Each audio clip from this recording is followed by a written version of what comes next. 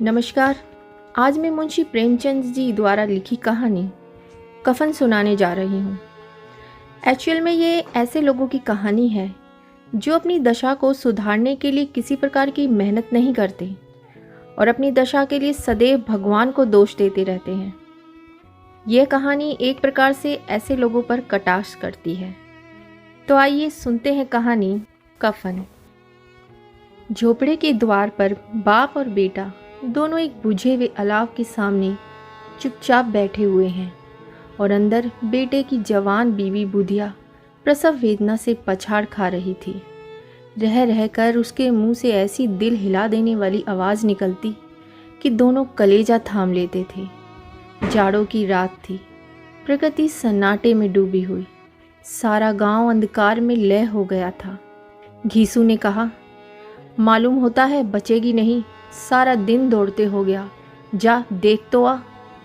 माधव चिढ़कर बोला, मरना ही है तो जल्दी मर क्यों नहीं जाती, देख कर क्या करूं। तू बड़ा बेदर्द है बे, साल भर जिसके साथ सुख चैन से रहा उसी के साथ इतनी बेवफाई। तो मुझसे तो उसका तड़पना और हाथ पांव पटकना नहीं देखा जाता।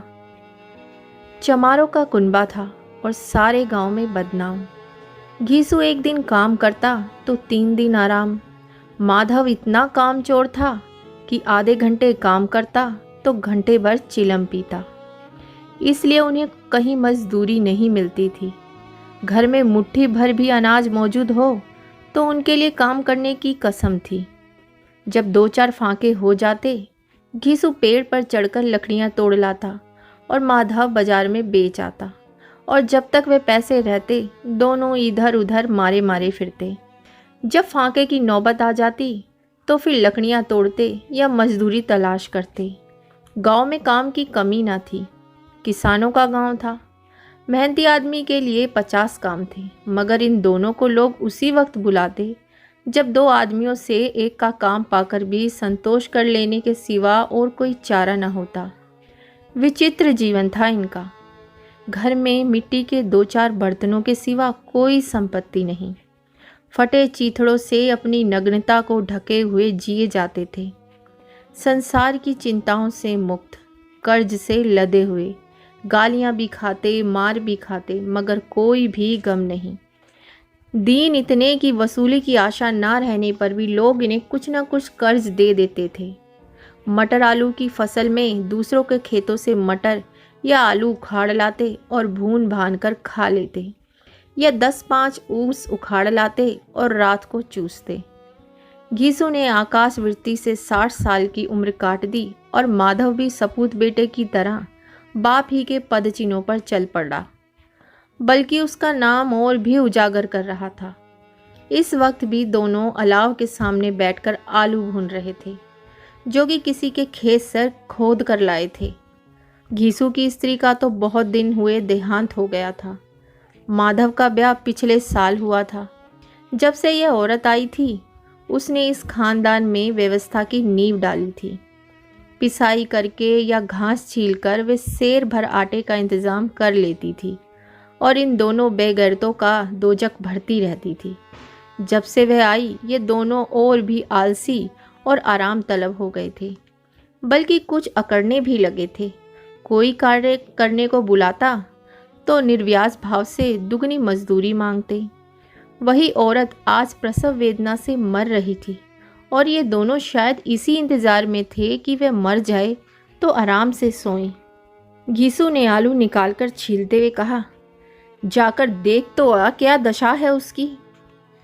चुड़ैल का फिसाद होगा और क्या, यहाँ तो ओझा भी 1 रुपया मांगता है। माधव को भय था कि वह कोठरी में गया तो घीसू आलवों का बड़ा भाग साफ कर देगा। बोला, मुझे वहाँ जाते डर लगता है। डर किस बात का है, मैं तो यहाँ हूँ ही। तो तुम ही जाकर देखो ना। मेरी औरत जब मरी थी तो मैं 3 दिन तक उसके पास से हिला तक नहीं था, और मुझसे लजाएगी कि नहीं। जिसका कभी मुंह नहीं देखा आज उसका उघड़ा हुआ बदन देखूं, उसे तन की भी सुध ना होगी। मुझे देख लेगी तो खुलकर हाथ पांव भी पटक ना सकेगी। मैं सोचता हूँ कोई बाल बच्चा हो गया तो क्या होगा, सौंठ गुड़ तोल कुछ भी तो नहीं है घर में। सब कुछ आ जाएगा, भगवान दे तो। जो लोग अभी एक पैसा नहीं दे रहे हैं वे ही कल बुला कर देंगे। मेरे 9 लड़के हुए, घर में कभी कुछ ना था, मगर भगवान ने किसी तरह बेड़ा पार ही लगाया। जिस समाज में रात दिन मेहनत करने वालों की हालत उनकी हालत से बहुत कुछ अच्छी ना थी, और किसानों के मुकाबले वे लोग जो किसानों की दुर्बलताओं से लाभ उठाना जानते थे कहीं ज़्यादा प्रसन्न थे, वहाँ इस तरह मनोवृत्ति का पैदा हो जाना कोई अचरज की बात ना थी। हम तो कहेंगे घीसू किसानों से कहीं ज़्यादा विचारवान था, जो किसानों के विचार सुनने समूह में शामिल होने के बदले बैठकबाजों की कुत्सित मंडली में जा मिला था। हाँ, उसमें ये शक्ति ना थी कि बैठकबाजों के नियम और नीति का पालन करता। इसलिए जहाँ उसकी मंडली के और गांव के सरगना और मुखिया बने हुए थे, उस पर सारा गांव उंगली उठाता था।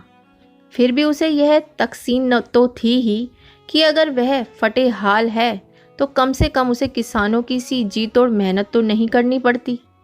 उसकी सरलता और निर्भरता से दूसरे लोग बेजा फ़ायदा तो नहीं उठाते। दोनों आलू निकाल निकाल कर जलते जलते खाने लगे। कल से कुछ खाया नहीं, इतना सब्र ना था कि उन्हें ठंडा हो जाने दें। कई बार दोनों की जवानें जल गई। छिल जाने पर आलू का भारी हिस्सा तो बहुत ज़्यादा गर्म ना मालूम होता, लेकिन दांतों के तले पड़ते ही अंदर का हिस्सा जबान, हलक और तालू को जला देता था। और उस अंगारे को मुंह में रखने से ज़्यादा खैरियत इसी में थी कि वे अंदर पहुंच जाए। वहां उसे ठंडा करने के लिए काफ़ी सामान थे, इसलिए दोनों जल्द जल्द निगल जाते। हालांकि इस कोशिश में उनकी आंखों से आंसू निकल आते। घीसू को उस वक्त ठाकुर की बारात याद आई, जिसमें 20 साल पहले वे गया था। उस दावत में जो तृप्ति मिली थी वह उसके जीवन में एक याद रखने लायक बात थी, और आज भी उसकी याद ताज़ा थी। बोला, वह भोज नहीं भूलता। तब से फिर उस तरह का खाना और भरपेट नहीं मिला। लड़की वालों ने सबको भरपेट पूरियां खिलाई थी, सबको, छोटे बड़े सब ने पूरियां खाई, और असली घी की चटनी, रायता, 3 तरह के सूखे साग, एक रसेदार तरकारी, दही, मिठाई। क्या बताऊं कि इस भोज में क्या स्वाद मिला। कोई रोक टोक नहीं थी, जो चीज़ मांगो और जितना चाहो खाओ। लोगों ने ऐसा खाया कि किसी से पानी ना पिया गया। मगर परोसने वाले हैं कि पत्तल में गरम गरम गोल गोल सुवासित कचौरियां डाल देते हैं। मना करते हैं कि नहीं चाहिए, पत्तल पर हाथ रोके हुए हैं, मगर वे हैं कि दिए जाते हैं। और जब मुंह धो लिया तो पान इलायची भी मिली, मगर मुझे पान लेने की कहाँ सुध थी, खड़ा ना हुआ जाता था। चटपट जाकर अपने कंबल पर लेट गया। ऐसा दिल दरियाव था वे ठाकुर। माधव ने इन पदार्थों का मन ही मन मजा लेते हुए कहा, अब हमें कोई ऐसा भोज नहीं खिलाता। अब कोई क्या खिलाएगा, वे ज़माना दूसरा था। अब तो सबको किफ़ायत सूझती है भाई। शादी ब्याह में मत खर्च करो, क्रियाक्रम में मत खर्च करो। पूछो, गरीबों का माल बटोर बटोर कर कहाँ रखोगे। बटोरने में कमी नहीं है, हाँ खर्च में किफ़ायत सूझती है। तुमने 20 एक पूरियाँ खाई होंगी। 20 से ज़्यादा खाई थी, मैं 50 खा जाता। 50 से कम मैंने भी ना खाई होंगी। अच्छा पट्टा था, तू तो मेरा आधा भी नहीं है। आलू खाकर दोनों ने पानी पिया और वहीं अलाव के सामने अपनी धोतियां ओढ़कर पांव पेट में डाले सो रहे, जैसे 2 बड़े बड़े अजगर गेंडुलियां मारे पड़े हों। और बुधिया अभी तक करा रही थी। सवेरे माधव ने कोठरी में जाकर देखा तो उसकी स्त्री ठंडी हो गई थी। उसके मुंह पर मक्खियां भिनक रही थी, पथराई हुई आंखें ऊपर टंगी हुई थी, सारी देह धूल में लथपथ हो रही थी। उसके पेट में बच्चा मर गया था। माधव भागा हुआ गीसू के पास आया। फिर दोनों जोर जोर से हाय हाय करने लगे और छाती पीटने लगे। पड़ोस वालों ने यह रोना धोना सुना तो दौड़े हुए आए और पुरानी मर्यादा के अनुसार इन अभागों को समझाने लगे, मगर ज़्यादा रोने पीटने का अवसर ना था। कफन और लकड़ी की फिक्र करनी थी। पर घर में तो पैसा इस तरह गायब था कि जैसे चील के घोंसले में मांस। बाप बेटे रोते हुए गांव के जमींदार के पास गए। वे इन दोनों की सूरत से नफरत करते थे। कई बार इन्हें अपने हाथ पीट चुके थे और चोरी करने के लिए, वादे पर काम ना करने के लिए। पूछा, क्या है बे घुसिया, क्यों रोता है? अब तो तू कहीं दिखाई भी नहीं देता, मालूम होता है इस गांव में रहना नहीं चाहता। घीसू ने जमीन पर सिर रखकर आंखों में आंसू भरे हुए कहा, सरकार बड़ी विपत्ति में हूँ। माधव की घरवाली रात को गुजर गई। रात भर तड़पती रही बेचारी। हम दोनों उसके सिराने बैठे रहे। दवा दारू जो कुछ हो सका सब कुछ किया, मुदा वे हमें दगा दे गई। अब कोई एक रोटी देने वाला भी ना रहा मालिक। तबाह हो गई, घर उजड़ गया। आपका गुलाम हूँ। अब आपके सिवा कौन? आप ही कुछ करो तो उसकी मिट्टी उठे। आपके सिवा किसके द्वार पर जाऊं? जमींदार साहब दयालु थे, मगर घीसू पर दया करना काले कंबल पर रंग चढ़ाना था। जी में तो आया, कह दें चल दूर हो यहाँ से। यूँ तो बुलाने से भी नहीं आता, आज जब गरज पड़ी तो आकर खुशामद कर रहा है। हरामखोर कहीं का बदमाश। लेकिन ये क्रोध या दंड का अवसर ना था। जी में कुड़ते हुए 2 रुपये निकालकर फेंक दिए, मगर सांत्वना का एक शब्द भी मुंह से ना निकला। उसकी तरफ ताका भी नहीं, जैसे सिर का बोझ उतारा हो। जब जमींदार साहब ने 2 रुपये दिए तो गांव के बनिए महाजनों को इनकार का साहस कैसे होता। घीसू जमींदार के नाम का ढिंढोरा भी पीटना खूब जानता था।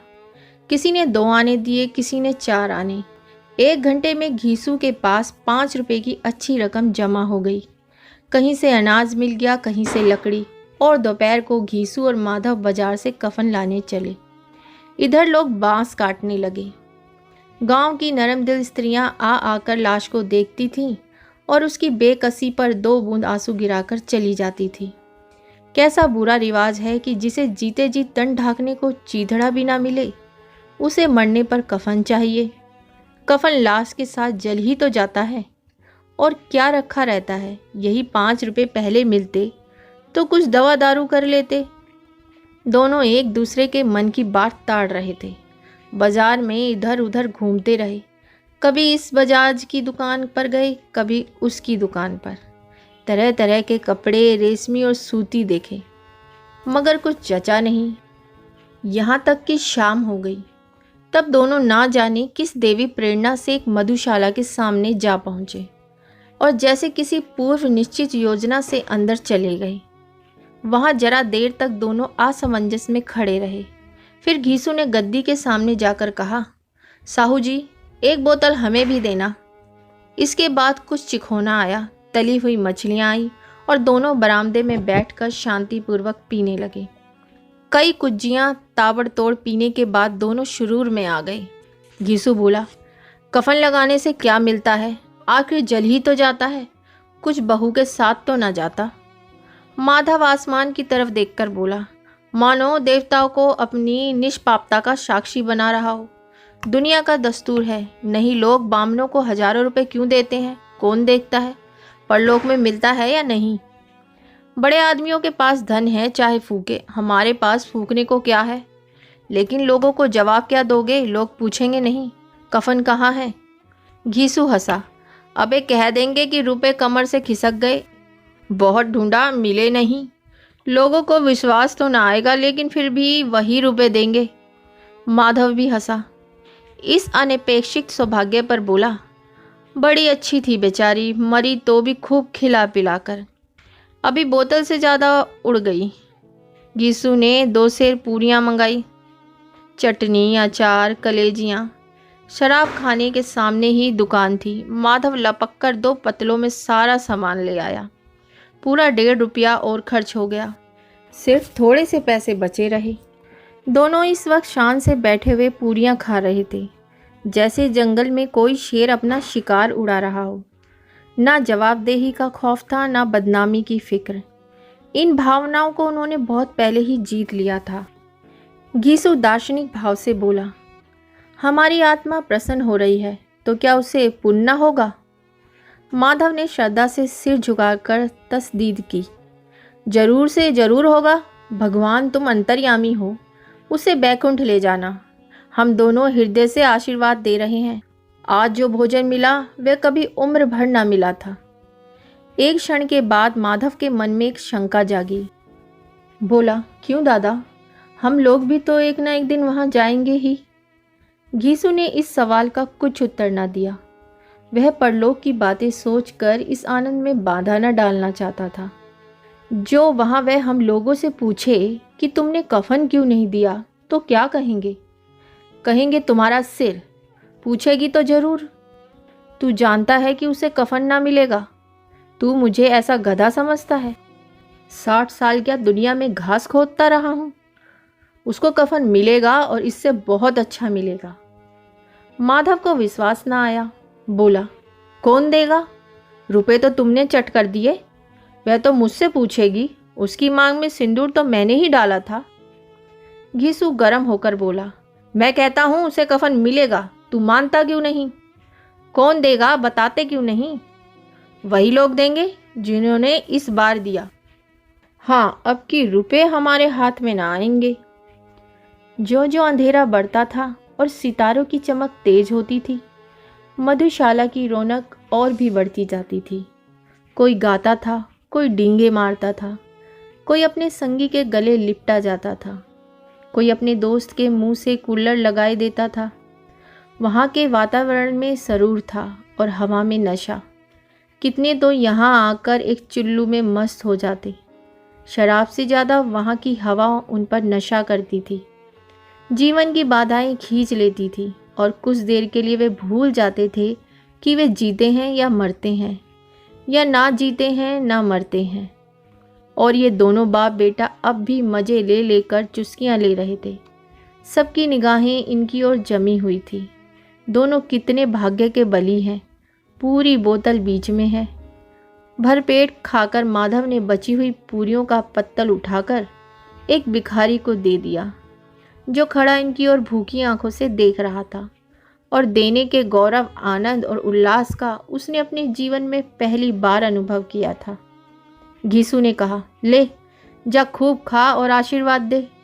जिसकी कमाई है वह तो मर गई, पर तेरा आशीर्वाद उसे जरूर पहुंचेगा। रोए रोए से आशीर्वाद दे।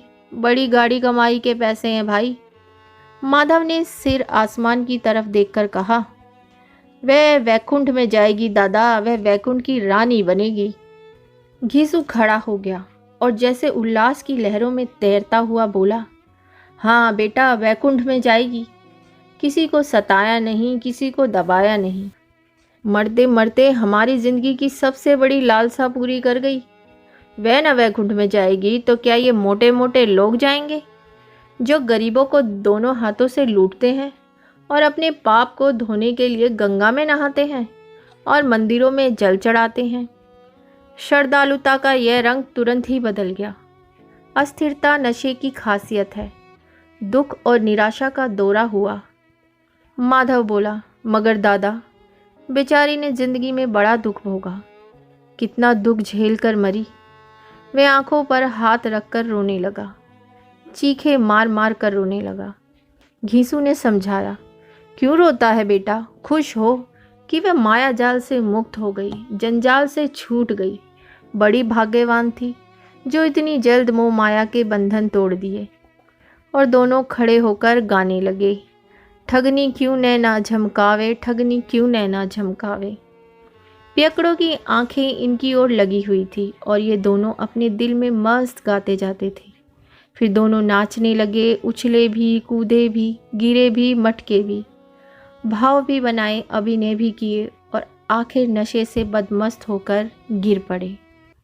आशा करती हूँ आपको ये मेरी कहानी पसंद आई होगी और इसी प्रकार की कहानी सुनने के लिए मेरे चैनल को लाइक करें, सब्सक्राइब करें और हाँ, बेल आइकन दबाना ना भूलें। धन्यवाद।